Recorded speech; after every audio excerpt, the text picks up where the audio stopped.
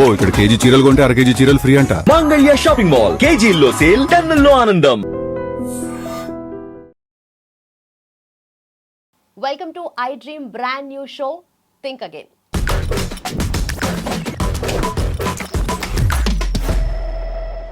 మరి దేని గురించి థింక్ అగైన్ మాట్లాడదాం, డిస్కస్ చేద్దాం.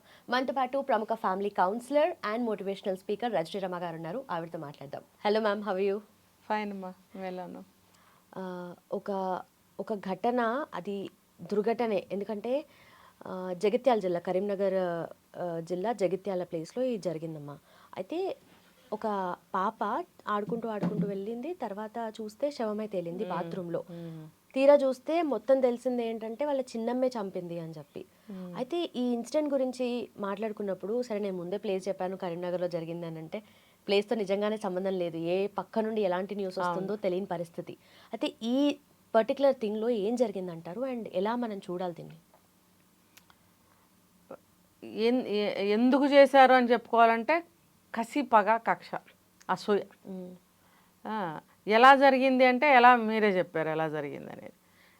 ఇది కాదు మనం మాట్లాడుకోవాల్సింది. సమాజం అసలు ఎటుపోతుంది అని అందరూ అంటున్నారు కదా, అందరం అనుకుంటున్నాం కదా. మరి ఎటుపోతుందో ఆలోచించగలగాలి కదా, థింక్ అగైన్. కాబట్టి అక్కడ ఆలోచించండి ప్రజలారా. ప్రతి చోట ఇలాంటివి అరాచకాలు జరుగుతున్నాయి. ఇప్పుడు ఆ ఇంట్లో అసలు ఆ చంపిన ఆవిడెవరు? తోటికోడలు. మరి వీళ్ళిద్దరు భర్తలు ఎక్కడున్నారు? దుబాయ్లో ఉన్నారు.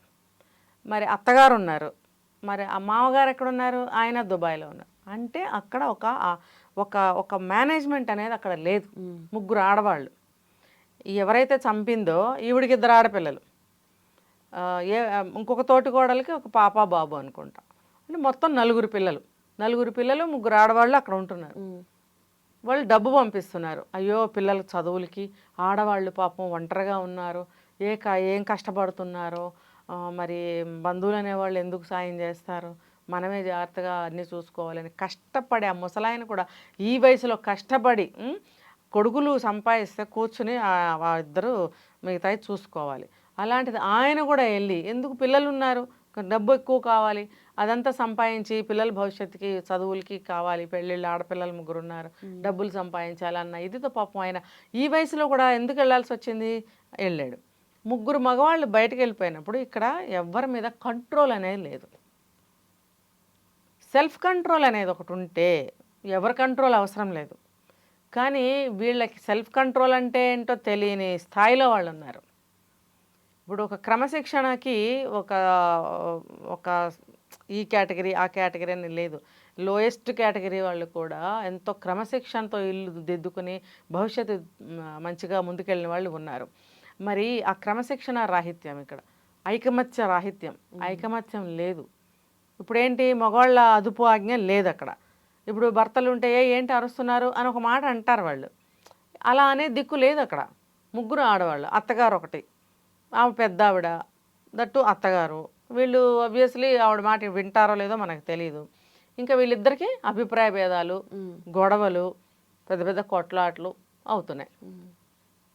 ముఖ్యంగా ఈ సమయంలో చెప్తాను, పిల్లల ద్వారా కొన్ని గొడవలు అవుతుంటాయి. ఇప్పుడు వీళ్ళు ఉన్నారు, మరి జాయింట్ ఫ్యామిలీ కాబట్టి ఎవరి గది వాళ్ళకు ఉండొచ్చు. వంట గదిలో అందరూ కామన్గా వంట చేసుకుంటూ ఉండొచ్చు. ఫర్ ఎగ్జాంపుల్, ఈ పిల్లలు ఆడుకుంటూ వాళ్ళ గదిలోకి వెళ్ళచ్చు. వెళ్ళినప్పుడు ఏదన్నా ఒక వస్తువు తీయచ్చు, అది పగిలిపోవచ్చు, లేదా బాగుందని పిల్ల తీసుకుని వెళ్ళచ్చు. అదిగో మీ అమ్మాయి దొంగతనం చేసింది, అదిగో మీ అమ్మాయి నాకు ఎంతో ఇష్టమైన వస్తువు కింద పడేసి పగలగొట్టేసింది, నీ పిల్లని అదుపులో పెట్టుకోలేవా, నీకు బుద్ధి లేదా, నీకు అది లేదా, ఇది లేదా అని గొడవ ఆడతారనమాట. అదేంటి పిల్ల ఏదో తెలియక చేస్తే నువ్వు అట్లా మాట్లాడతావంటే నీకే బుద్ధి లేదని ఈవిడ అంటుంది. ఇలా చిలికి గొడవలు అవుతూ ఉంటాయి. అలాగే వీళ్ళిద్దరి మధ్యన ఎన్నో గొడవలు అవుతూ ఉన్నాయట. ఆ గొడవలు కక్షకి దారితీసి కోపం, ఆవేశం, క్షణికావేశం, ఇవి అహంకారం. మరి ఈవిడ పెద్ద కోడలా చిన్న కోడలా చంపినావిడ నాకు అది తెలియదు. ఒకవేళ ఈవిడే పెద్ద ఆవిడైతే కర్మగాలి, ఆవిడ మీద ఇంకా ఆధిపత్యం ఎక్కువ చెలాయిస్తుంది. నేను పెద్ద కోడల్ని. చాలామంది పెద్ద కోడళ్ళు చాలా అహంకారపూరితంగా ప్రవర్తిస్తారు. నేను పెద్ద కోడల్ని అని చెప్పి మిగతా ఉన్న మరుదుల్ని తోటికోడల్ని చిన్న చూపు చూస్తుంటారు. ఏం పెద్ద వయసులో మాత్రమే కదా. అసలు ముందు వెనక పెళ్ళిళ్ళై వెళ్ళాల్సిన వాళ్ళమే. అవును. పెద్ద కోడలైనంత మాత్రాన పెద్దరకంగా ఉండాలి. నువ్వు పెద్దదానివి, పెద్ద పెద్ద కోడలు ముందు వచ్చినప్పుడు వెనక ఎంతమంది ఉంటే అంతమందిని నువ్వు ఇన్వైట్ చేసి ఇంట్లోకి ఆహ్వానించి ఆదరించాలి నువ్వు కదా. వీళ్ళందరూ కూడా అక్క అక్క అంటూ ఉంటారు. ఇంకొక కూడా జరుగుతుంది, 4-5 కోడళ్ళు ఉంటే మిగతా వాళ్ళందరూ పెద్దదిలే ఆవిడ ముసలిదిలే అన్నట్టుగా పక్కన పడేసి వీళ్ళందరూ ఒక గ్రూప్ అయిపోయి ఆవిడకి ఎగనిస్ట్ తయారవుతారు. ఎలా అయినా సరే తోటికోడళ్ళ మధ్యన రకరకాల చిచ్చులు పుడుతూ ఉంటాయి. ముఖ్యంగా పెద్ద కోడలు విషయానికి వస్తే ఇలా ఆధిపత్యం చేయడం, పెత్తనం చేయడం, మాట విసరడం, పని చెప్పడం, చివాట్లు వేయడం, విసిరి మాట్లాడటం, నిరసనగా మాట్లాడటం, హీనంగా మాట్లాడటం లాంటివి చేస్తూ ఉంటారు. ఇవి చాలా చోట్ల నేను చూశాను. అది ఆటోమేటిక్గా చిన్న కోడలకి మంట పుడుతూ ఉంటుంది అనమాట, కాలుతూ ఉంటుంది. అది రగిలి రగిలి రగిలి రగిలి ఏదో ఒక రోజున ఏదో ఒకటి అవుతుంది. ఇప్పుడు ఇక్కడ ఈవిడ చిన్న కోడలా పెద్ద కోడలా అనేది నాకు తెలియదు, కానీ మొత్తానికి ఈ చిన్న కోడలైనా పెద్ద కోడలైనా గొడవలు ఏ విధంగా వస్తాయో నేను చెప్పా కదా, ఆ విధంగా వీళ్ళకి వచ్చాయి. వచ్చినప్పుడు ఈవిడేం చేసింది, ఆ చిన్నపిల్లని ఖతం చేసింది. చేసి తెలియనట్టు ఈవిడతో పాటు కూర్చొని గుండెలు బాదుకొని ఏడుస్తుంది. మళ్ళీ అక్కడ నాటకం ఎందుకు? ఇప్పుడు ఇవాళ రోజున పట్టుకోవడం ఎంత ఈజీ అయిపోయింది. విత్ ఇన్ అవర్స్లో ఆమెను పట్టుకున్నారు. ఆవిడేంటో మాటికి గంటకి వెళ్ళి డ్రెస్సులు మార్చిందంట. ఆ సైకాలజీ ఏంటో. ఆవిడ నువ్వు బట్టలు ఎందుకు మార్చావని అడిగారో లేదో తెలియదు, కానీ నాకు మాత్రం నవ్వు వచ్చింది. గంటకో డ్రెస్, లోపలికి వెళ్ళటం, డ్రెస్ మార్చుకోవటం, రావటం, మళ్ళీ వెళ్ళటం, డ్రెస్ మార్చుకోవటం, మళ్ళీ రావటం, అక్కడ కూర్చోవటం, గుండెలు బాదుకుని ఆడవటం, తలగొట్టుకుని ఆడవటం, ఆవిడకి సింపతి చూపించటం. చేసిందంతా తను పసిగుడ్డుని ఆ రకంగా చేస్తుందా? చేసినప్పుడు తనకున్నారు 2 ఆడపిల్లలు, ఇంకో ఆడపిల్లని అలా చేయొచ్చా? ఎవరినైనా సరే అలా చేయొచ్చా? అంటే క్షణంలో క్షణికావేశం, ఆలోచన లేకపోవడం, థింక్ చేయలేకపోవడం. ఆ క్షణికావేశంలో ఆ పగ చల్లారాలి. రగులుతుంది కదా, గుప్పని ఒక్కసారి మంట వచ్చేస్తుంది. ఆ మంట వచ్చేసినప్పుడు ఇంకా మనకి ఆ వేడి తగిలితే తట్టుకోలేం. అలాంటి సమయంలో చేసేసింది అనమాట. ఇప్పుడు ఏమవుతుంది, అందరికీ తెలిసిందే, జైల్లో కూర్చుంటుంది వెళ్ళి. ఆమె జైల్లో కూర్చుంటే పోయిన పాప తిరిగి వస్తుందా? తిరిగి రాదు కదా. ఎవరైనా ఏమనుకుంటారు, ఏం పని చేస్తే మనం అదే పని చేద్దామని ప్రతీకారం వచ్చేస్తుంది. కానీ అది కరెక్ట్ కాదు కదా. మీ కోపాలు ఉంటే మీరు చూసుకోవాలి. పిల్లలు ఏం చేశారు? పసిపిల్లలు ఏం చేశారు? నీకు లేరు 2 పిల్లలు? నీ పిల్లకే అలా అయితే నీకు ఎలా ఉంటుంది? నీకు అంతంత కోపాలా, అంతంత పగల? మీ మొగుళ్ళేమో ఇక్కడ లేరా? మీ మొహాల కోసం కష్టపడటం కోసం అక్కడ తండ్రితో సహా వెళ్ళి అక్కడ కష్టపడి డబ్బులు పంపిస్తుంటే మీకు పని పాట ఒక ఆలోచన ఏమీ లేకుండా తిని కూర్చుని పిల్లల్ని చక్కగా క్రమశిక్షణగా చదివించుకోలేకపోతున్నారా మీరు? ఈ రకంగా తిని కూర్చుని కష్టం లేకుండా ఇలా చేస్తారా? కొట్టుకుంటారా? పిల్లల్ని చంపుతారా? ఇప్పుడు ఆ కుటుంబాలు ఎందుకు కలిసి ఉంటే ఇంకెప్పుడు విడిపోతారు వాళ్ళు. ఇంకా జీవితంలో వాళ్ళకి వీళ్ళకి సంబంధాలు లేకుండానే పోతాయి. ఇంత పని చేసిన తర్వాత ఇంకా అన్న ఏంటి, తమ్ముడేంటి, చెల్లేంటి, అలాంటివి ఏమైనా ఉంటాయా అక్కడ? అవే ఉంటే అసలు ఆ పనులు చేయరు కదా. అక్క అక్క అని పిలిచిన మనిషి ఇలా చేయొచ్చా? 2 అక్క చెల్లెళ్ళు అవుతారు కదా. మరి ఎక్కడ ఉంది వీళ్ళకి ఒక స్త్రీత్వం కానీ, ఒక మాతృత్వం కానీ, ఒక మానవత్వం కానీ, ఒక సమాజానికి భయపడటం కానీ? వాళ్ళు చేసే పని చేసే ముందు ఆలోచించారా? చేయలేదు. అది ఇప్పుడు నేను చెప్తాను ప్రతిసారి, కుటుంబపరంగా, సామాజిక పరంగా, తర్వాత వ్యక్తిగతంగా, చట్టపరంగా ఆలోచించాలి. మనం చేసే ఏ పనైనా సరే ఇన్నిటి పరంగా చెడు జరగకూడదు అని ఆలోచిస్తాం. ఇక్కడ అన్ని విధాలుగా చెడే జరిగిందిగా. కుటుంబ పరంగా చెడు జరిగింది, వ్యక్తిగతంగా చెడే, ఆ అమ్మాయికి జీవితం లేదు. మరి సామాజిక పరంగా అంతా కూడా ఎంత కలుషితం అయిపోయింది. నువ్వు ఏం నేర్పిస్తున్నావు సమాజానికి, నువ్వేం మెసేజ్ ఇచ్చావు? కోపం వస్తే మనిషిని తీసేయి, ఇదేనా నువ్వు నేర్పించింది? సమాజం డిస్టర్బ్ అయింది. మరి ఇప్పుడు చట్టానికి నువ్వు చేసిన ఎంత పెద్ద గొప్ప పని, చట్టానికి ఒక పని కల్పించింది కదా. వాళ్ళకి ఏమైనా ఖాళీగా కూర్చున్నారా? వాళ్ళకి ఏం కేసులు లేవా? వాళ్ళకి ఉన్న 24 గంటల్లో 50 గంటల పని దొరుకుతుంది వాళ్ళకి. ఎక్కడ మనిషి అనేవాళ్ళు ఎక్కడ చేస్తారు? ఇన్ని కేసులు ఎప్పటికి తేలుతాయి? పని పాట లేకుండా తిని ఒళ్ళు బలిసి కూర్చుని పొగరెక్కి దొన్నపోతుల్లాగా కొట్టుకు చేస్తారా? వీళ్ళు కర్ర తీసుకుని అత్తగారు కనుక వాతలు పెట్టినట్టయితే కాళ్ళ మీద బాధపడేస్తే వీళ్ళని బాగుండేది.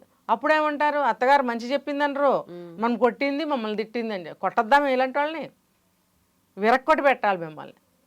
పాతకాలంలో పొయ్యిలో కట్టెలు కాలుతుంటే అది తీసి వంట చేసే పొయ్యిలో ఆ కట్టె తీసి కాళ్ళ మీద వాత పెట్టేవారంట. పిల్లలనైనా సరే, సొంత పిల్లలనైనా అల్లరి చేస్తే ఆ భయానికి జాగ్రత్తగా తప్పు చేయరని చెప్పి వీళ్ళని ఆ పని చేసి ఉండాల్సిందే అత్తగారు. మరి ఆవిడెందుకు ముదిరించి ఇలా చేసిందో తెలియదు. అరే నలుగురు మనవాళ్ళు అక్కడ తిరుగుతున్నారే, మనవాళ్ళు వీళ్ళేమో రాక్షసుల్లా కొట్టుకుంటున్నారే, ఆవిడ ఏం చేసింది మరి అక్కడ కూర్చొని? అలా చూస్తూ ఊరుకుంటారా పెద్దవాళ్ళు? ఆవిడైనా ఆలోచించిందా? ఒక క్షణం ఆలోచించండి. ఏ పని చేసినా ఆగండి, అక్కడ ఆలోచించండి. మన కుటుంబం ఎటుపోతుంది, ఈ సంబంధాలు ఎటుపోతున్నాయి, దీని యొక్క ఇంపాక్ట్ పిల్లల మీద ఎంత పడుతుంది, పరాయి దేశంలో ఉన్న మా 3 భర్తలకి ఇది ఎంత బరువు అయిపోతుంది ఈ విషయం. వాళ్ళకి రిస్కే కదా ఇదంతా. అక్కడ ప్రశాంతంగా జాబ్ చేసుకోనీయకుండా ఇక్కడ ఈ చికాకులు చేస్తే ఎప్పుడు ఏమవుతుందో కదా వాళ్ళు ఎంత వర్రీ అవుతుంటారు. డబ్బు సంపాదన కోసం వెళ్ళారు తండ్రి కొడుకులు. వాళ్ళకు ఉన్నటువంటి ఐకమత్యం మీకు ఎందుకు లేదు? ఇక్కడ చూస్తే 3 ఇళ్ల నుంచి వచ్చిన ఆడవాళ్ళే, 3 కోడళ్ళే, వరుసకి అత్త కోడళ్ళే తప్ప 3 కోడళ్ళు 3 ప్లేసుల నుంచి వచ్చిన పరాయి స్త్రీలు వీళ్ళు. అయితే మాత్రం ఒక కుటుంబానికి మీరు వచ్చారు, మీ జీవితాన్ని ఇచ్చారు ఒక కుటుంబానికి, అక్కడ ఏకమవ్వాలి అనే జ్ఞానం లేదా మీకు, అనే ఆలోచన లేదా మీకు? ఏ కోడళ్ళైనా సరే బుద్ధి లేని కోడళ్ళకి నేను చెప్తున్నాను, బుద్ధి లేని అత్తలు కూడా ఉన్నారు నేను చెప్తున్నాను, అందరూ కాదు ఇలాంటి వాళ్ళకి నేను చెప్తున్నా.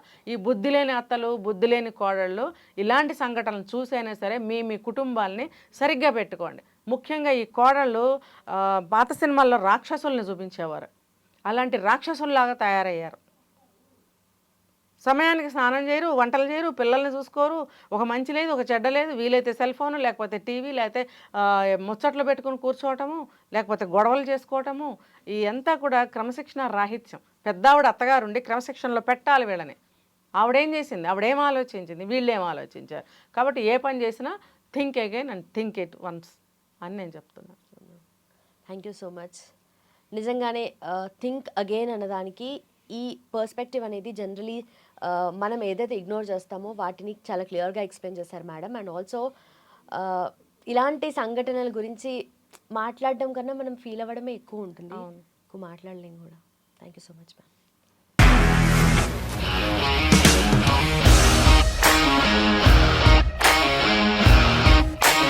ఇండస్ట్రీలో కమిట్మెంట్ ఇష్యూస్ వస్తే నీకు కూడా వచ్చినట్టు? మార్నింగ్ తీసుకెళ్ళానంటే కొట్టి పడేస్తారు.